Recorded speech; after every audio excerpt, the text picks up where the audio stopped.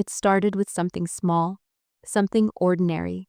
My husband, Ryan, had left his laptop open on the kitchen counter. The screen was glowing softly under the morning light, and I was just going to move it so I could wipe the counter. But then I saw it, my name in the subject line of an email. It wasn't nosy curiosity that made me click. It was instinct. And what I read made my stomach twist. The email wasn't romantic. It wasn't even from someone I recognized. But the message said, "Alina won't be a problem. The papers are ready. Next weekend is perfect." I read it twice, 3 times. My hands started shaking. What papers? What did he mean by "won't be a problem"? Ryan had been acting strange lately. Nothing obvious, just distant. Longer hours at work, vague answers when I asked about his day. But I had trusted him. We had been together for 6 years. I thought we shared everything. I closed the laptop and walked away like nothing had happened. But something had changed. For the next few days, I watched everything more closely. He was texting more than usual and hiding his phone when I walked into the room. One night, I saw him unlock a drawer in his office, the one he told me had old wires and junk, and quickly shut it when he noticed I was coming in. I didn't ask anything yet. I needed to be sure. A week later, he left for a supposed weekend work retreat. I waited until I was alone and opened that drawer. Inside, I found a folder. It had documents with my name on them, but not in the way I expected. Bank statements, property papers, even a lawyer's letter. He had moved money into an account I didn't know existed. He had taken my name off the deed of our house. Slowly, piece by piece, I realized what he was doing. He wasn't just hiding something, he was trying to erase me from our life. I felt like I couldn't breathe. But then I remembered something my mother once told me. If you ever feel like you're being pushed into the dark, turn on your own light. That night, I copied everything. I took pictures of every paper, forwarded every email to myself, and booked an appointment with a lawyer the next morning. The look on the lawyer's face said it all. Ryan had been planning to transfer everything to his name, file for divorce, and leave me with nothing. But now I had proof. And I wasn't going to let him win. Ryan came back on Sunday evening, smiling like everything was fine. He brought me flowers, kissed my forehead, said he missed me. I didn't say much. I waited. The next day, I printed the papers and placed them on the dining table. When he came in from work, he saw them and froze. "What's this?" he asked, voice flat. I stood there, calm. "The plan, right? The one where I won't be a problem?" He went pale. I had never seen him speechless before. He reached for an excuse, but I stopped him. "I know everything, Ryan. The accounts, the lawyer, the fake retreat. The only question is, how long were you going to pretend?" He tried to twist it, said he was doing it for us, said he was just trying to secure the finances, protect me, nonsense like that. But I wasn't buying it. I told him I had already met with a lawyer, and I would be filing immediately. The house wasn't his. The documents he tried to hide were illegal, and the courts would see through it. He got angry then, yelled, tried to blame me for going through his stuff. But I had something stronger than his words. I had the truth. And for the first time in a long time, I had control. He stormed out that night, slamming the door so hard it rattled the windows. I stood there in the silence afterward, staring at the papers still scattered across the table. I wasn't crying. I thought I would, but instead I felt strangely clear. Like I'd been walking through fog for months, and suddenly the path was visible. I gathered everything neatly into a folder and placed it back in my bag. I didn't need to see it again. I already knew how this story ended. Or at least, how it used to. Over the next few days, things moved fast. My lawyer helped me freeze the shared accounts and put a legal hold on any property transfers. Ryan tried to contact me, texted, called, left voicemails that bounced between anger and guilt. I didn't reply. I changed the locks. It was my house now, and I wasn't going to let him walk back in like nothing happened. One afternoon, as I was sorting through the last of the financial papers, a name caught my eye. It was someone I knew, my best friend, Lila. Her name was connected to a payment Ryan had sent. The amount wasn't huge, but it wasn't small either. My hands started shaking again. Lila had been distant lately, busy, unavailable when I needed her most. And now she was showing up in the middle of this mess. I didn't want to believe it, but I had to know, so I sent her a message, simple and direct. "We need to talk. I know everything." She replied almost immediately and asked to come over that evening. When she walked into the house, she looked nervous. She avoided my eyes, her hands tucked tightly into her jacket sleeves. I didn't waste time. I placed the printed payment details in front of her. "Explain," I said. Lila looked like she wanted to run, but she didn't. Instead, she sat down and sighed. "I didn't know everything," she said, her voice low. "He told me you were going to leave him, that you had someone else. He said he needed help moving some money just in case. He made it sound like you were the one betraying him." My chest tightened. It was all a lie, one he had spun so carefully, using the people closest to me as tools. She kept talking. She didn't know about the house. She didn't know about the fake accounts.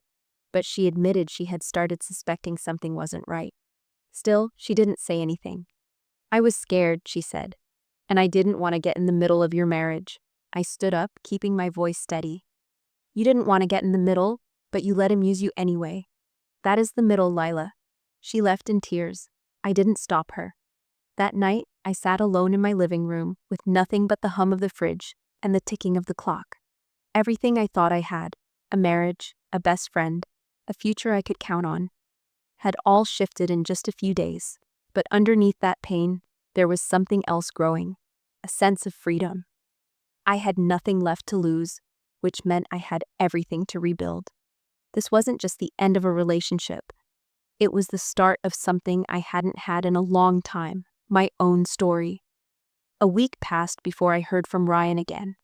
This time, it wasn't a voicemail or a desperate text. It was a letter, left at my front door, tucked into the mail slot like a final attempt at dignity. The envelope had his handwriting, and inside was a carefully written page that started with, "I didn't mean for it to go this far." He wrote that he panicked, that after losing his job and watching me become more independent with my own work and life, he felt small, like a shadow in his own home.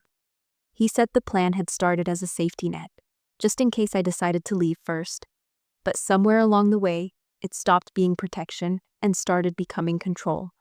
He wrote that he was sorry, not just for what he did, but for forgetting who I was in the first place.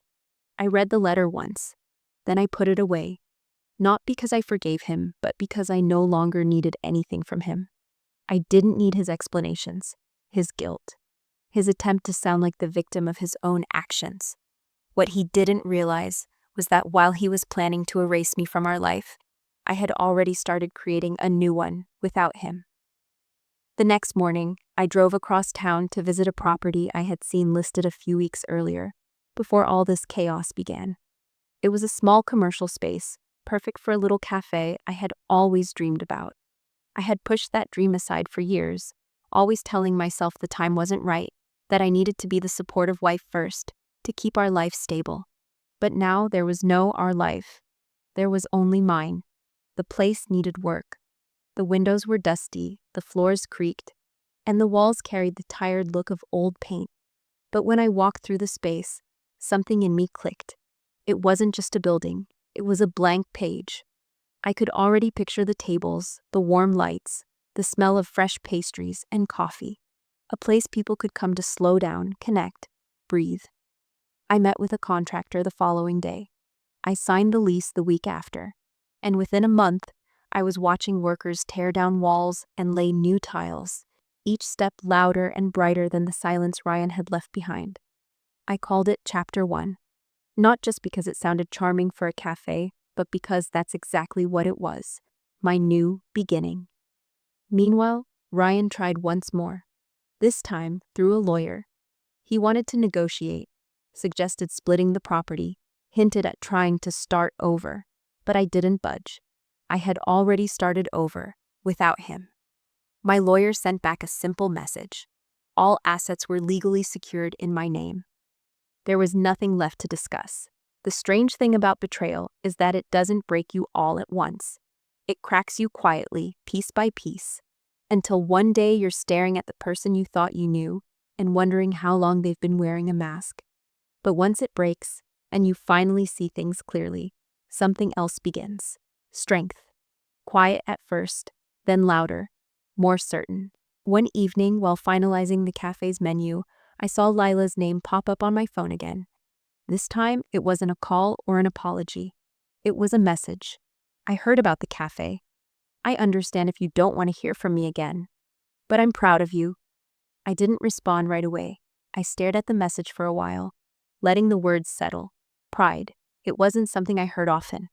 But reading that line, I realized I was proud of me too.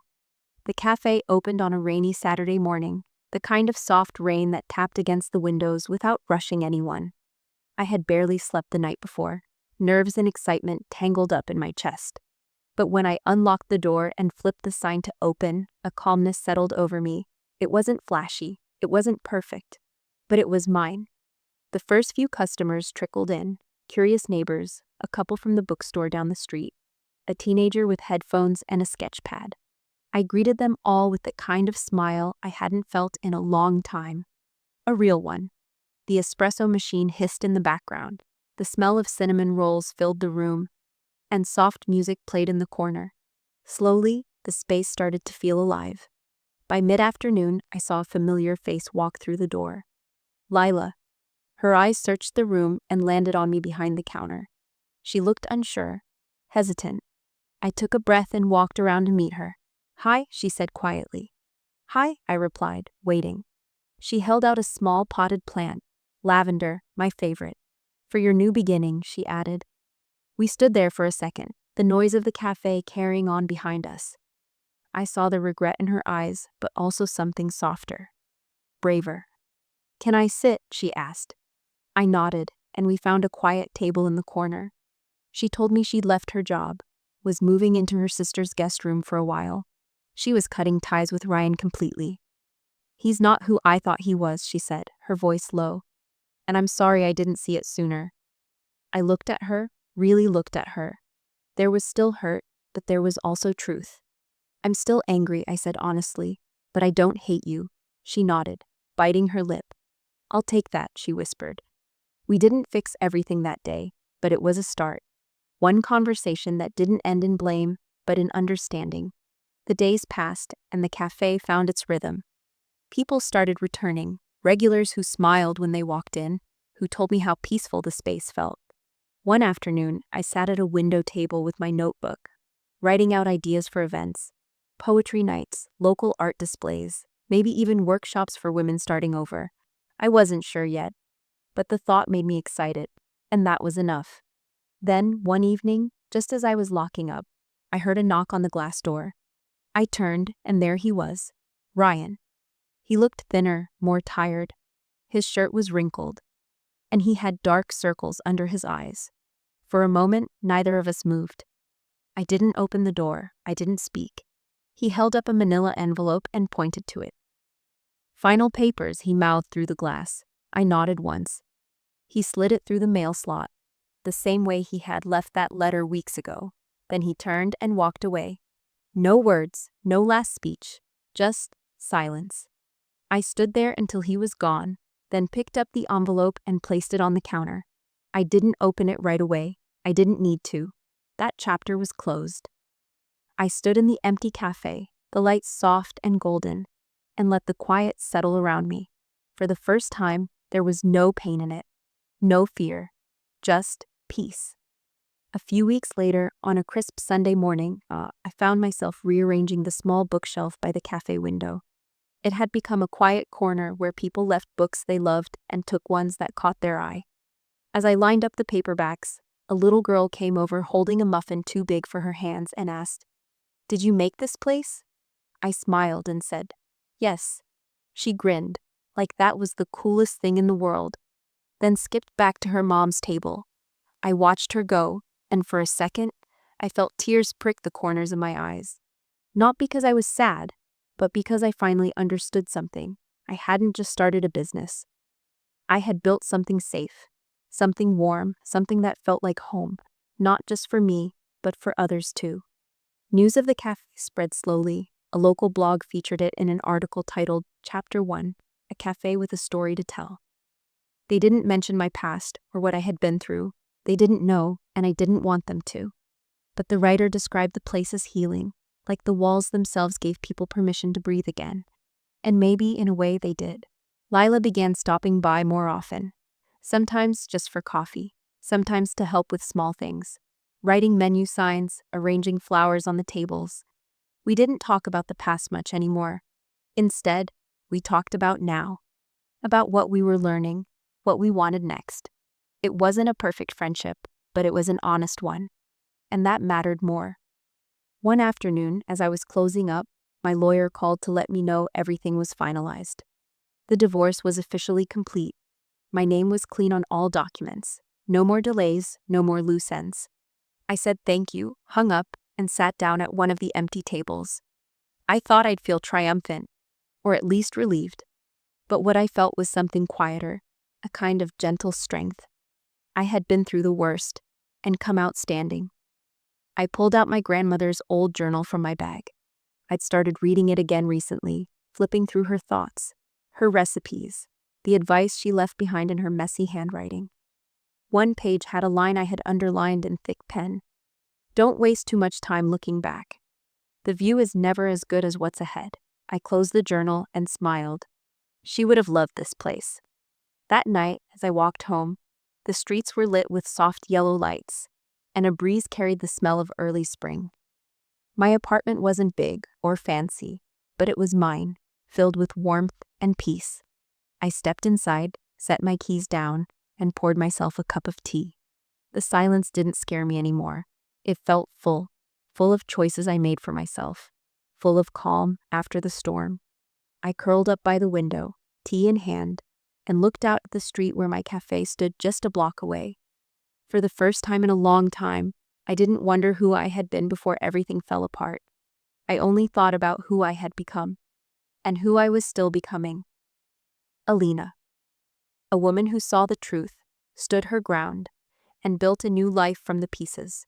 Not out of revenge, not to prove anything, but simply because she could. A few months later, the cafe celebrated its 6-month anniversary. I hadn't planned anything grand, just fresh pastries, some flowers on the tables, and soft music playing in the background. But word must have spread, because by noon, the place was buzzing.